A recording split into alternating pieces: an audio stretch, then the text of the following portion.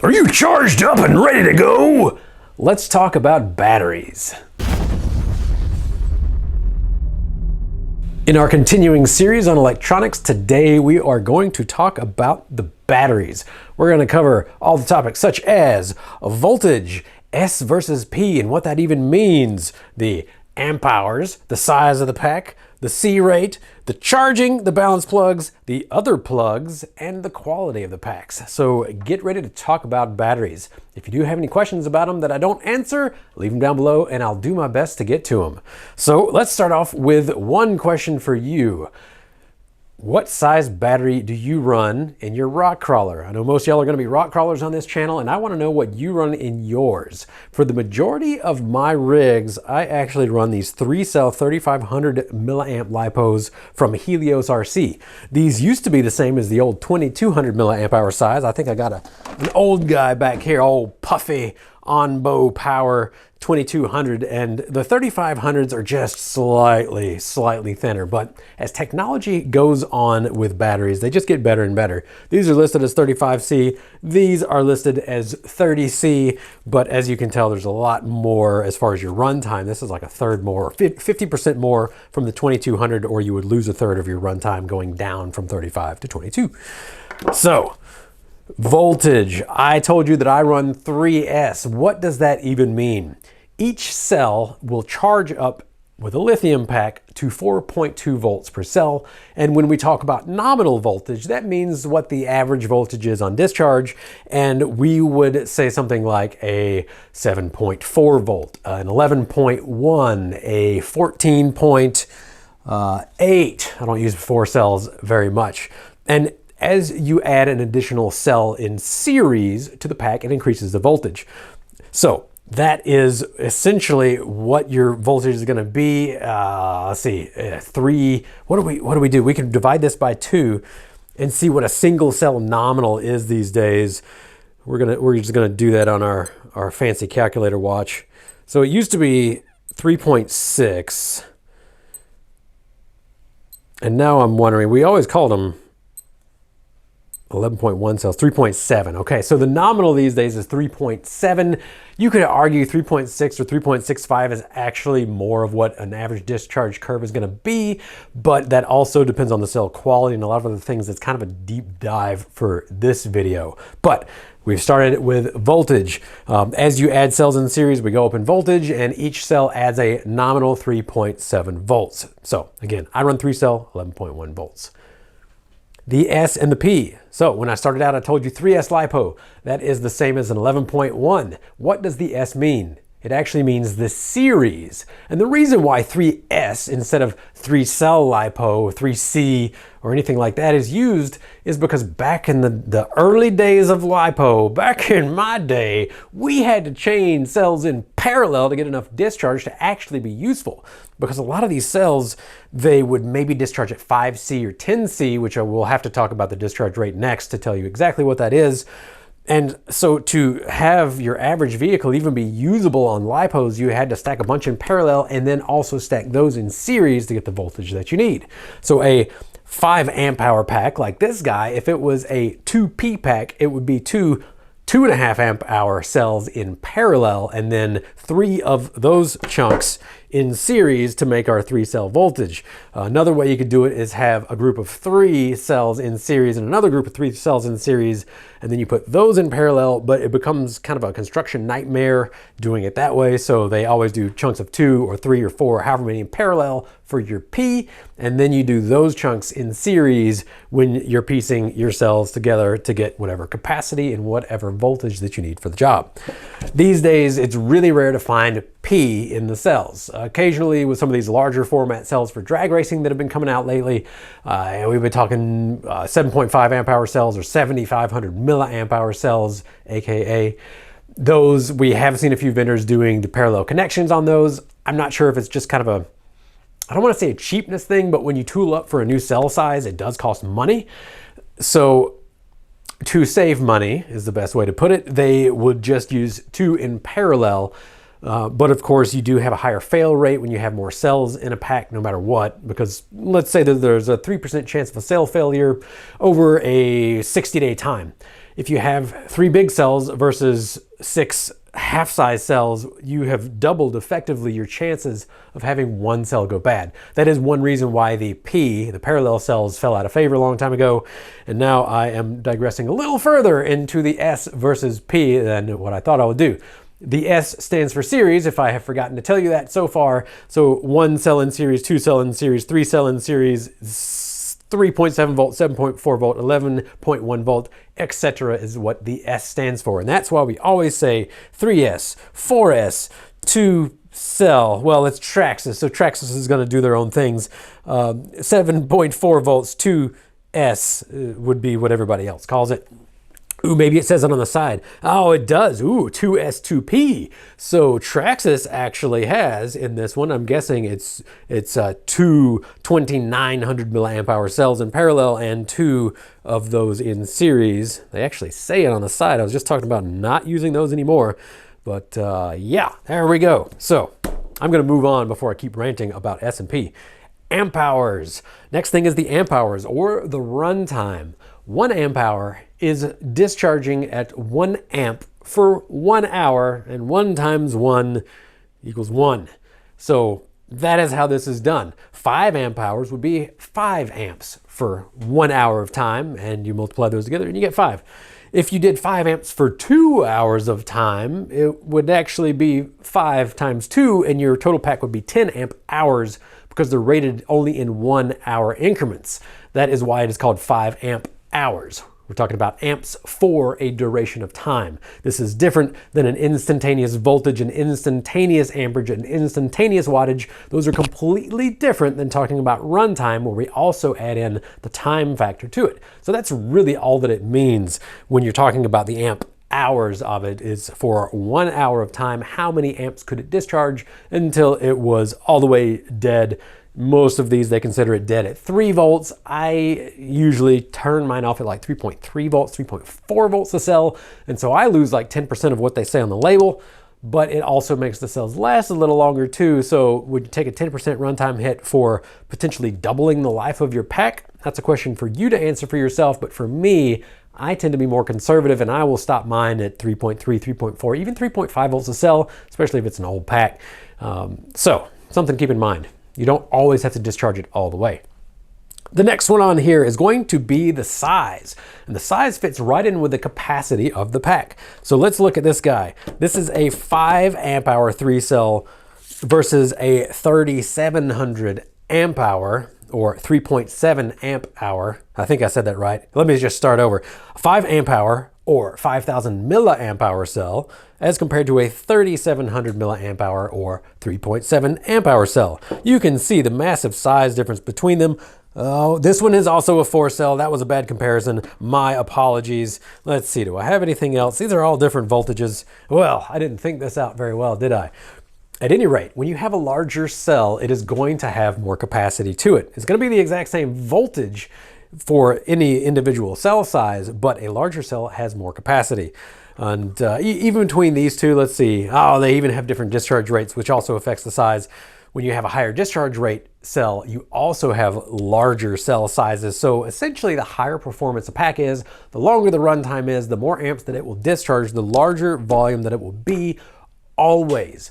If you buy a pack from a company and they claim, let's say, 100C discharge, and you compare it to your 30C discharge pack and it has the exact same runtime and a different, the same size, the same runtime, but one is claiming a lot higher discharge rate, you can pretty much guess that one of those companies is going to be lying about their cells. Unless it's a very new technology that comes out, but lithium is really kind of, it's developed enough that we don't have these huge leaps like we used to at first. So it would go from, 10C discharge, and then we'd see 15 and 20C really quick, a doubling of your energy output that you could do on a cell. And there wouldn't be as much as a doubling of volume on the size because the technology was at the time getting better and better 10, 15 years ago. These days, there's a lot of manufacturers. They're all competing with the same materials, with very similar machines for the most part. They have the same suppliers for the raw materials, which is really where the technology comes in. It's not the assemblers on the packs. It's these suppliers for the raw materials that are actually making the gains on batteries. And then the assemblers essentially roll big rolls into these small packs, and then they get vacuum sealed into plastic, for our industry at least. So we don't see these huge gains where there's not going to be outliers of one company having vastly superior technology to everybody else. It's just really not out there. So be forewarned when you are looking at packs that claim to have an extremely high discharge rate, that a lot of times they may not actually have that. Perfect example. This, they call it 0.85 amp hour. It's 850 milliamp hour, Turnigy Nanotech. These are really good cells. Don't get me wrong, these are really good cells. But on the label, it says, in very fine print, 70 to 150 C discharge rate. You know, that's pretty dang impressive. Let's do the math really quick, just to see what that would be. So 0.85 in our amp hours, multiplied by 70. So this is going to be their average discharge rate, 60 amps, 59.5 amps for this little tiny battery. And they're saying it'll do it until it's flat. And this would be in about 50 seconds or so. Let's do the math. 70 C. C rate is based on a certain period of discharge, or it can at least tell you if you work backwards from it. Let's see, so 60 C is discharging in 1 minute. Let's see if I can do the math really quick. It would be, let's do it the easy way. We're gonna divide it by 70 and then multiply by 60 and then turn that into seconds by multiplying by 60 is 0.857 of a minute. This is claiming that it'll do continuous. And we multiply that by the 60 seconds and we get a discharge in 51.4 seconds. For an average discharge rate. They're also claiming that it'll do over double this on burst. And let's see, let's figure out what the amperage is on this. I'm gonna do the math together here. 0.85 amp hours is our, oh no, I'm putting telephone numbers into my watch. All right, so 0.85 amp hours as the capacity multiplied by the C rate, 150. Since we started in amp hours, then our output is going to be in amps. If you started in milliamp hours, your output would be in milliamps. So we multiplied that by 150 times the 0.85 amp hours, and we get 127.5 amps. Do you think 127 amps is gonna go through these thin wires? Oh, heck, half that, 60 amps. Do you think 60 amps is going to go through this 14 gauge wire and XT60 plug for 50 seconds without something melting down? I don't want to ruin the surprise for you, but the answer is no. No. The ratings on batteries are they're idealistic. Let's just call it that. This thing would be smoking hot. These battery leads would hopefully not catch on fire. I mean, they're silicone insulated, so they're gonna be able to get really hot without doing that. At 120 amps or so, you're probably not going to desolder a cell. At 60 amps, you're not going to desolder on these guys. But oh boy, is it going to put a hurt on everything. So, all right, that's we're gonna stop there before I go even deeper into that. But C rating, it's kind of a tough topic to talk about, but hopefully that gets the concepts down. You multiply by the amp hours of the pack by the C rate of it, and that will get you your continuous discharge. Why do they call it the C rate? Man, I've almost forgotten why they call it, because I think it's capacity. I believe the C stands for capacity, so 25C is 25 times the capacity is what you can get in amps pulling out of it. So there we go. It also tells you how quick it could discharge in a lot of ways if they're telling the truth. So next up, charging. The charger kind of needs to be a little higher quality for it to do a good job. If you have resistors inside of the charger that are of, let's say, a 5% variance, then they're not going to be exact on knowing the voltages across each cell. They're going to have 5% variance, and a lot of times it's plus or minus 5%. So the cheapest chargers out there, let's see if I've got an example here. There is one particular charger. Oh, do I still have it? Yeah, I'm not going to pick on the company. I won't pick on the company. It's really cheap. You just plug the balance lead right into it.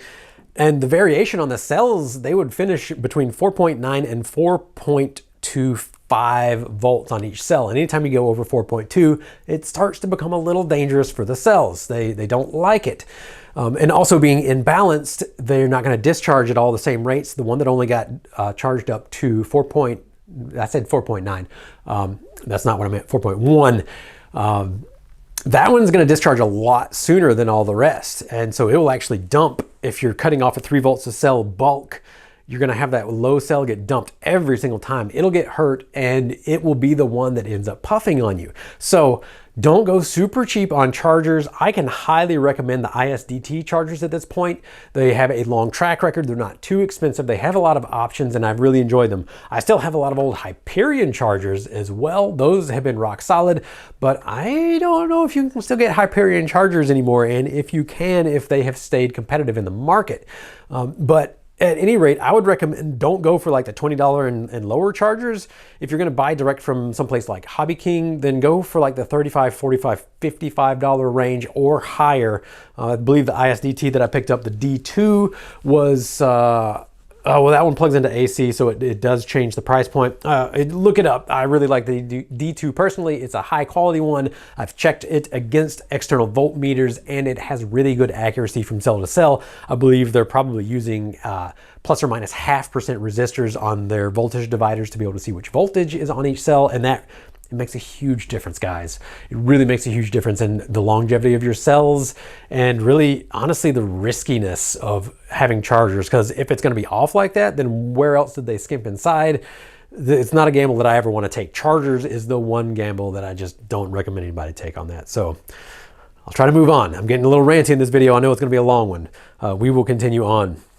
When you charge, you should always balance charge. These extra plugs are the balance plugs, and you will notice that everyone has a balance plug except for the Traxxas. The Traxxas, this one being a 2-cell, it has the balance port kind of built into the actual cell. You can't really see, but there's a secondary wire that goes up this, and yeah, so that's how it balances. I believe these can go up to 3-cell on their ability to balance, because you've got your positive and your negative, and then for every cell, if you have a 2-cell, you would need an interconnect in between. So a 3-cell, you need 2 interconnects, and they only have enough room for 2 interconnects on this.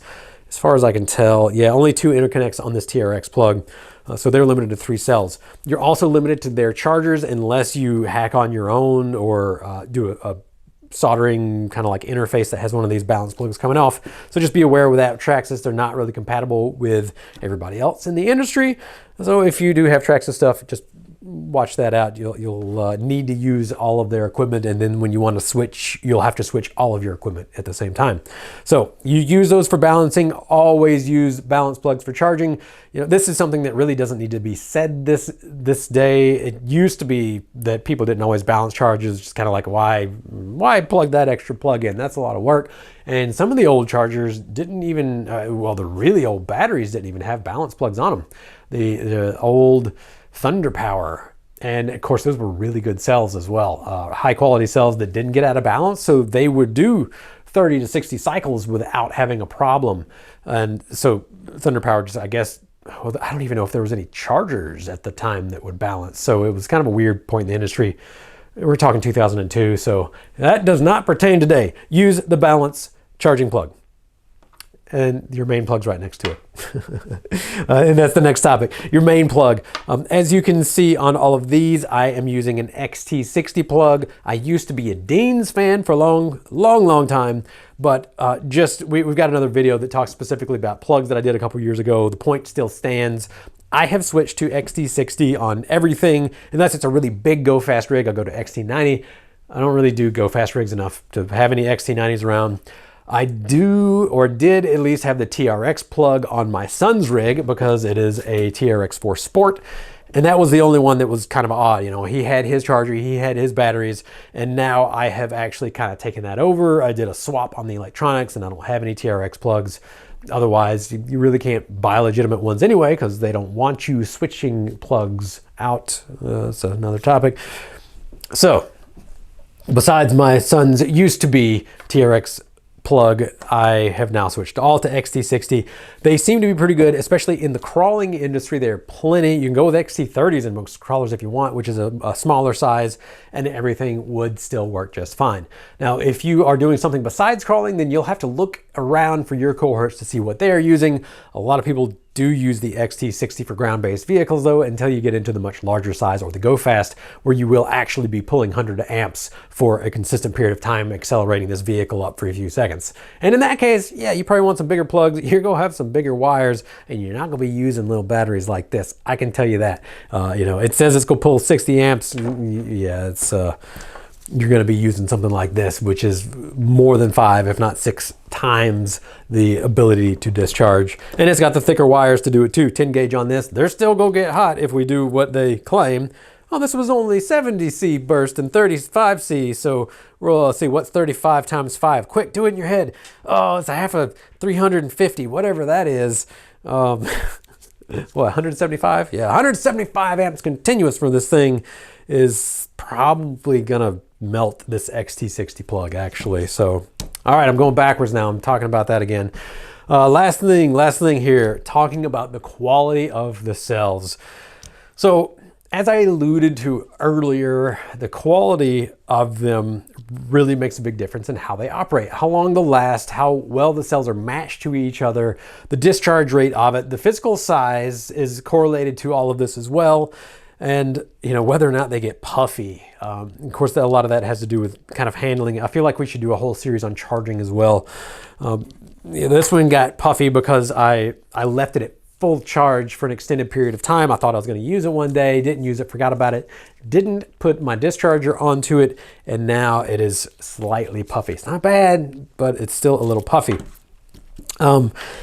This is one of those things where every company is probably going to be telling you that they're the highest quality. What I would recommend is you find the cells that your friends are using and having good success with. Maybe look on the forums and really go with that. Overall, the Turnigy Nanotech has been a favorite of mine. However, I really love the Helios RC batteries because they have the right sizes for crawlers. It's kind of hard sometimes with the Turnigy to get just the right one. And Helios, they're scale guys, they're crawlers, they're really into the market, and because of that, they have come out with all the right shapes, sizes, and discharge rates for crawlers. So I always use my Helios packs, and let me tell you, as compared to my old packs, they got a lot more punch to them, more run time. And even these days, I could probably buy a fresh one. This was a couple years old from Helios. I could probably buy a fresh one, and we would either have a slightly smaller cell size for the exact same performance, or we would have the same cell size with more runtime, or we would have the same cell size with more discharge capacity. And that's just kind of how things go. As we go along in the industry, the quality does incrementally get a little better. Man, a pack like this, oh man, even like 4 years ago was unheard of. It was close. It wasn't there though. 10 years ago, 10 years ago, we were dealing with all packs like this, but they were all 20 and 25C. This actually may be a 10-year-old pack. This was right when 35C came out. So this would be more like maybe 7 years old. And this one's done. When they get old, they do wear out. Whether they're sitting on a shelf or whether they're using them, they do wear out, and the internal resistance of the cell over time just goes up and they become unusable. So personally, I can highly recommend Helios for all the ground-based stuff that I do, but otherwise, maybe ask your friends, see what they think, and go from there. So that turned into a much longer video. I only had 5 or 6 bullet points to cover, and I hope that did answer some questions though. If you do have any more questions, leave your comments down below. I'll do my best to get to them. And in the meantime, hope you stay charged, but not too charged when you leave them on the shelf. Have a good one.